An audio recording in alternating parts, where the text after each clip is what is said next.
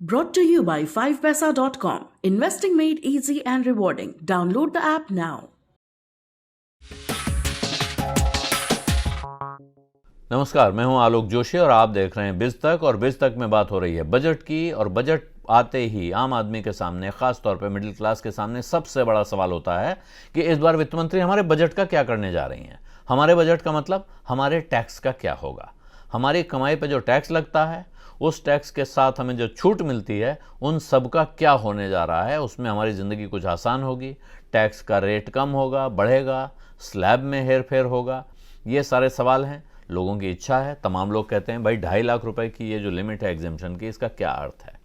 2.5 लाख रुपए की लिमिट पर अगर आप टैक्स ले रहे हैं सालाना कमाई में, 2.5 लाख अब किसी की भी कमाई होती है, इस लिमिट पर टैक्स लेना ठीक नहीं है। इस लिमिट को बढ़ाया जाना चाहिए। बहुत समय से इसकी वकालत चल रही है। क्या इस बार वित्त मंत्री बढ़ा पाएंगी, कहा नहीं जा सकता है। पिछली बार उन्होंने एक प्रस्ताव दिया था कि साहब आप 2 स्कीम हैं, उनमें से एक में आ जाइए, आप किसी तरह का कोई एग्जेम्पशन न लीजिए तो आपको आपकी लिमिट बढ़ जाएगी, और अगर आप एग्जेम्पशन लेते हैं तो आपकी लिमिट यही रहेगी। लेकिन इस बात की संभावना तभी दिख रही थी, अब संभावना बढ़ती है कि शायद वो सारे एग्जेम्पशंस ख़त्म करने पर विचार करें। वो इस वक्त करेंगे या नहीं, ये कहना बड़ा मुश्किल है, क्योंकि ये शायद एक चुनावी बजट होगा। चुनाव के ठीक पहले, राज्यों के चुनाव के ठीक पहले वो लोगों को नाराज़ करना नहीं चाहेंगी।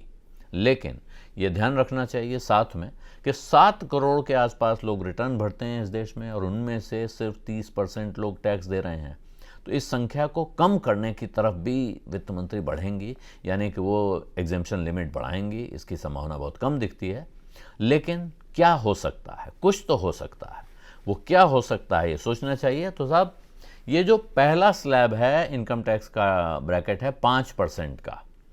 5% टैक्स लगता है सबसे पहले, और उसके बाद जो दूसरा स्लैब आता है वो सीधे 20% का आता है। इनके बीच में क्या 10% का एक स्लैब आ सकता है, क्या 10 या 15% का एक स्लैब आ सकता है, 2 स्लैब आ सकते हैं।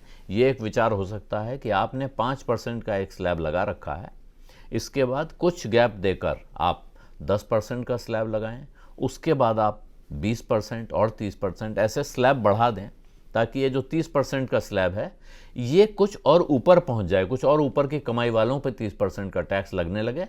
और वहाँ पर कुछ लोग इस बात का तर्क दे रहे हैं, एक सीमा के ऊपर जो लोग कमाई करते हैं वहाँ पे आप एक नया स्लैब इंट्रोड्यूस कर सकते हैं। 1 करोड़ से ऊपर, 10 करोड़ से ऊपर, कोई आंकड़ा आप देख लीजिए जिससे आपको लाभ होता है। सालाना उतनी कमाई के बाद वालों से आप 30% के बजाय 32%, 35% टैक्स ले लें। उन पर आप 1-2% टैक्स भी बढ़ा देंगे तो उससे आपके खजाने में बहुत बड़ी रकम आ जाएगी।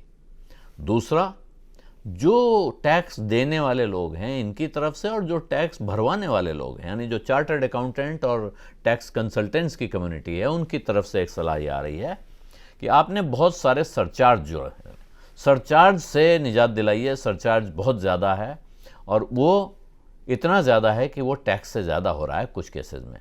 इसलिए आपको जो टैक्स लेना है सीधे सीधे ले लीजिए। ये कुछ इधर से कुछ इधर से लेने वाला काम ना करें। और जो छूट देने का काम है, मैं तो कह रहा हूँ वित्त मंत्री इस तरह के संकेत दे चुकी हैं, हम छूट खत्म करना चाहते हैं। लेकिन उधर लोगों का कहना है कि साहब ने एक 80C नाम का एक आपने सेक्शन पकड़ रखा है, दुनिया भर की चीज़ें उसके अंदर भर रखी हैं, पता नहीं किस किस चीज़ पे मिलने वाली छूट सब 80C के तहत है, और उसकी लिमिट है कुल मिलाकर 1.5 लाख। ये नाइंसाफ़ी है। आप अगर इतनी सारी स्कीमों को बढ़ावा देना चाहते हैं तो फिर उनके लिए थोड़ा अलग अलग योजना बना दीजिए, या इस लिमिट को एक साथ बढ़ा दीजिए। 1.5 लाख को 3 लाख कर दीजिए, 4 लाख कर दीजिए। लोग पैसा जमा करेंगे। ज़्यादातर स्कीमें वहाँ ऐसी हैं जिनमें जमा होने वाला पैसा आपके पास, यानी सरकार के पास आता है। तो अगर वो पैसा आपके पास आएगा तो आपके पास खर्चे के लिए इस्तेमाल हो सकता है, प्रोडक्टिव चीज़ों में लग सकता है। तो मांगने वालों की मांग तो ये है कि साहब आप कुछ छूट के तरीके बढ़ाएं, या छूट का परिमाण बढ़ाएं, अमाउंट बढ़ाएं, वॉल्यूम बढ़ाएं। लेकिन सरकार की तरफ से संकेत इस बात के हैं कि वो शायद इस तरह की सारी छूट खत्म करके आपको एक मुश्त टैक्स स्लैब के तौर पर या टैक्स रेट के तौर पर कुछ राहत देने की सोच सकती है। मैंने जैसा पहले कहा, इसी बजट में होगा पता नहीं है, हो सकता है कि राहत इस बजट में मिल जाए और छूट हटने का काम बाद में किसी और बजट में हो। लेकिन ये मोटे तौर पर इनकम टैक्स के मामले में मांग और जो सप्लाई है उसका फॉर्मूला ये है। अब आप इजाज़त दीजिए मुझे। ये वीडियो आपको कैसा लग रहा है कमेंट बॉक्स में लिखना मत भूलिएगा। धन्यवाद, नमस्कार।